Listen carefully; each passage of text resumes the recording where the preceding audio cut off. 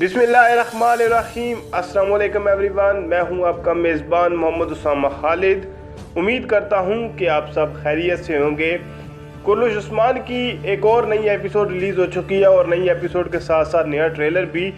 लेकिन आज के एपिसोड में ये कहूँगा कि आज के एपिसोड में काफ़ी इंटरेस्टिंग स्टोरी दिखाई गई, लेकिन मैं फिर भी ये कहता हूँ कि थोड़ा सा इनको स्टोरी पे ज़्यादा काम करना चाहिए, क्योंकि जितना इनका तगड़ा कंपटीटर इस दफ़ा आया है सलाहुद्दीन सीरीज़, इनकी बहुत बड़ी कंपटीटर होने वाली है कुर्लुश उस्मान के सीज़न 5 की।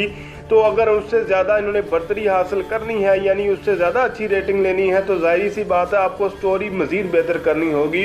और इसलिए आपको मज़ीद ऐसे इवेंट्स दिखाने होंगे जो रियल हिस्ट्री के साथ भी रिलेटेड हों और जहाँ पे हम जो ज़्यादा से ज़्यादा व्यूअर्स हैं वो आपके साथ इंगेज हो सकें। खैर, अभी हम नया ट्रेलर देखते हैं और देखते हैं कि आने वाली एपिसोड में क्या होने वाला है। Türk'ün ayak bastığı yer ona yurt olur. अब यहाँ पर उस्मान बे और याकूब बे दोनों ही करारगाह में नज़र आ रहे हैं और यहाँ पे उस्मान बे ये कह रहे हैं कि जहाँ पर भी तुर्क जो है कदम रख देते हैं वो उनके लिए मुल्क बन जाता है। हालांकि याकूब बे पिछली एपिसोड में ऐसा दिखाया गया कि वो यानी शहर पर कब्जा करना चाहते हैं और मुझे लगता है कि याकूब बे से ज़्यादा सादत खातून चाहती हैं कि मैं जल्द अज जल्द इस जगह पर कब्जा करूं। और फिर भी किसी न किसी तरह से याकूब बे ने उस बात को कवर कर लिया। लेकिन अब जो है उस्मान बे और याकूब बे दोनों जानते हैं कि अभी हम इस जो मुसीबत है, यानी कि एक किस्म से एक तरफ से अगर ईसाई हैं तो दूसरी तरफ मंगोल हैं, इसको हम मिलकर ही इससे छुटकारा हासिल कर सकते हैं। तो आइए देखते हैं आगे क्या होने वाला है। Evlatlar imdi kesselde olduğuna göre gayri kesselde yakında bizim olacak. अब यह सीन रिलेट करता है पहले सीन के साथ, जहां पर उस्मान भाई ये बात कह रहे हैं कि जहां पर भी तुर्क जो है वो कदम रखते हैं वो तुर्कों के लिए एक वतन बन जाती है। और कह रहे हैं कि अगर हमारी जो औलाद है, यानी हमारे बच्चे जो हैं अगर कैस्टल में इस वक्त फ़िलहाल के लिए कैद हैं, तो लाजमन सी ऐसी बात है कि कैस्टल भी हमारा मुल्क बनने वाला है, यानी कि उसको भी हम फतह करने वाले हैं। और वो याकूब बे के साथ ये बात कर रहे हैं और यानी कि उनको बता रहे हैं, यानी कि एक किस्म से उनको ये बता रहे हैं कि हम कैस्टल को भी अब फतह करने वाले हैं। Sen işi yokuşa süreceksin.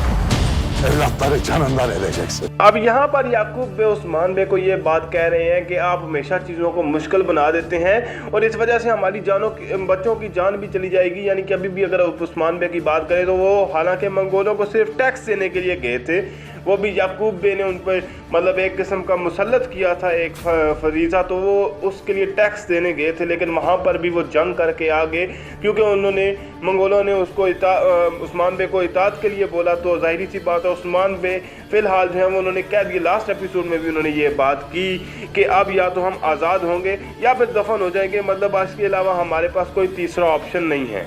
Evet sarayındaki haini bu. Saraydaki haini yakaladık valide. इसके बाद यानी कि ये बात कहने के बाद अगली बात में याकूब बे उस्मान बे को कहते हैं कि आप इन तमाम मसलों को छोड़ें, पहले आप जो अपने अंदर का मतलब जो आपके महल में जासूस है पहले उसको ढूंढें, क्योंकि आप वो कहेंगे कि आपके उस जासूस की वजह से ही हमारे जो दोनों बच्चे हैं वो फ़िलहाल कैस्टल में कैद हैं, वरना ओरहान और महमद जो है वो आराम से कैस्टल में वो इस वक्त तक फतह कर चुके होते। अभी ओरहान भी अलाउद्दीन भी दिखाए जा रहे हैं कि वो कह रहे हैं कि मैंने गद्दार को पकड़ लिया है। लेकिन और ऐसे सीन में वसीलस को भी दिखाया जा रहा है, पर वसीलस हो सकता है वो वहाँ पर सामने आ जाए, लेकिन इतनी जल्दी वसीलस पकड़ाई देने वाला नहीं है, क्योंकि जितना उसको चालबाज दिखाया जा रहा है वो इतनी आसानी से तो चीज़ों को सामने नहीं लाएगा। Olafira. अब यहाँ पर आप इस ट्रेलर का सबसे सरप्राइजिंग मोमेंट कह सकते हैं, जहाँ पर होलाफिरा को गद्दारी के जुर्म में अब अलाउद्दीन बे जो है वो उनको इल्ज़ाम दे रहे हैं और सबके सामने आकर बता रहे हैं कि होलाफिरा गद्दार है और सराय में गद्दार होलाफिरा है।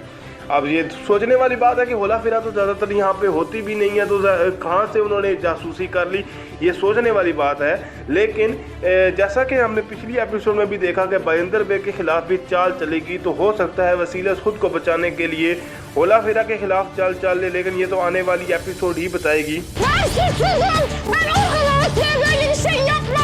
तो यहाँ पर आप देख सकते हैं कि होलाफिरा को पकड़ के ले जाया जा रहा है, लेकिन होलाफिरा यही बात कह रही हैं कि मैं बेकसूर हूँ और मैं इस तरह के किसी भी काम में मुलव्वस नहीं होंगी, यानी मैं ऐसा कोई भी काम नहीं करने वाली। बिल्कुल अपनी मासूमियत जिस तरह से वो कह रहे हैं और है भी मासूम, ये तो आने वाली एपिसोड में पता चलेगा कि उनके खिलाफ क्या चाल चली जा रही है।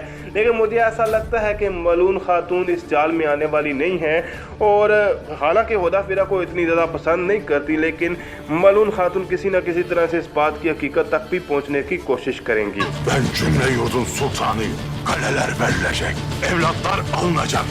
अब इस सीन को एक्सप्लेन करने से पहले मैं याद कराऊंगा कि लास्ट एपिसोड में यूनुस एमरे की मुलाकात हुई थी याकूब बे के साथ, और उन्होंने कहा था कि आप जो है वो किबर में ना रहें, यानी कि एरोगेंट ना बन जाएं। और इस तरह से उन्होंने ये भी बात की थी कि मैं तो सिर्फ जो भी कर रहा हूँ मतलब ईमान का हिस्सा है। लेकिन अब अगर उनको अल्लाह पर ईमान है तो वो अपने बच्चों को बचाने के लिए, अगर आप जिस तरह के यहाँ पे दिखाया भी जा रहा है कि वो अपने जो किलों के जो उस्मान बिन के लिए बहुत मुश्किल से फतह किए हैं, उनको देकर अपने बच्चों को हासिल करने के लिए एक मुआहिदा साइन किया जा रहा है, जो कि एक बिल्कुल बुज़दिलाना हरकत है।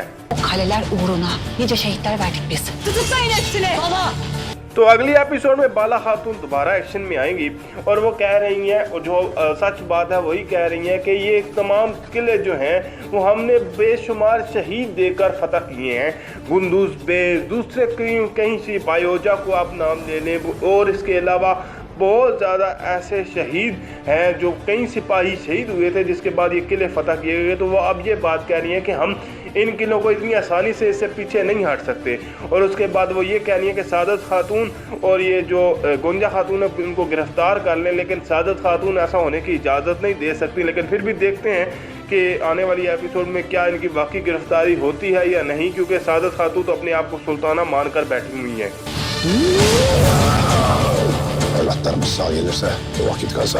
अब अगर उस्मान बे की बात की जाए तो जाहिर सी बात अपने बच्चे की फिक्र यानी ओरहान की फिक्र उनको भी होगी, लेकिन उनको फिक्र इस तरह की नहीं है कि वो किलों को देकर ओरहान को वापस ले लें। अगर वो किलों को देना भी चाहें तो वो किसी न किसी किस्म की चाल चलकर वो किले उनके हवाले करेंगे, और वो वापस किले भी ले लेंगे और ओरहान को भी वापस ले लेंगे।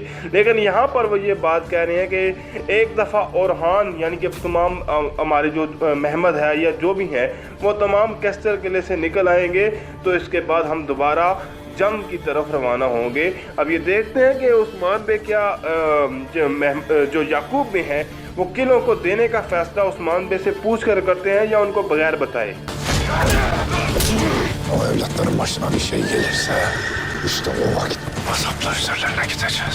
इस लास्ट सीन में उस्मान बे ये बात कह रहे हैं कि अगर मेरे बच्चों को या हमारे बच्चों को कुछ भी होता है तो उस वक़्त जो हिसाब किताब है वो आगे बढ़ जाएगा, और उसके बाद हिसाब किताब इन जो ईसाइयों से इस बात का लिया जाएगा। और ये एक्साइटिंग ट्रेलर है, अगली एपिसोड मुझे ज़्यादा इंटरेस्टिंग लग रही है। लेकिन अगेन मेरी वही बात है कि अभी प्रोड्यूसर को चाहिए कि थोड़ा और इस स्टोरी पे काम करे, क्योंकि अगर उन्होंने रेटिंग में सलाहुद्दीन अय्यूबी को मात देनी है या उसको थोड़ा सा डिफीट करना है, तो उनको चाहिए कि मज़ीद ऐसे हिस्टोरिक इवेंट्स जो हैं वो यहाँ पर लेके आए इस सीरीज़ में, जिससे वाकई ही लगे कि लोगों को इंटरेस्ट हो इस सीरीज़ की तरफ, मज़ीद इंटरेस्ट हो और मज़ीद रेटिंग बढ़े। एपिसोड इंशाल्लाह नेक्स्ट आने वाली एपिसोड भी काफ़ी इंटरेस्टिंग होगी। मिलते हैं नई अपडेट्स के साथ बहुत जल्द। अल्लाह हाफिज़।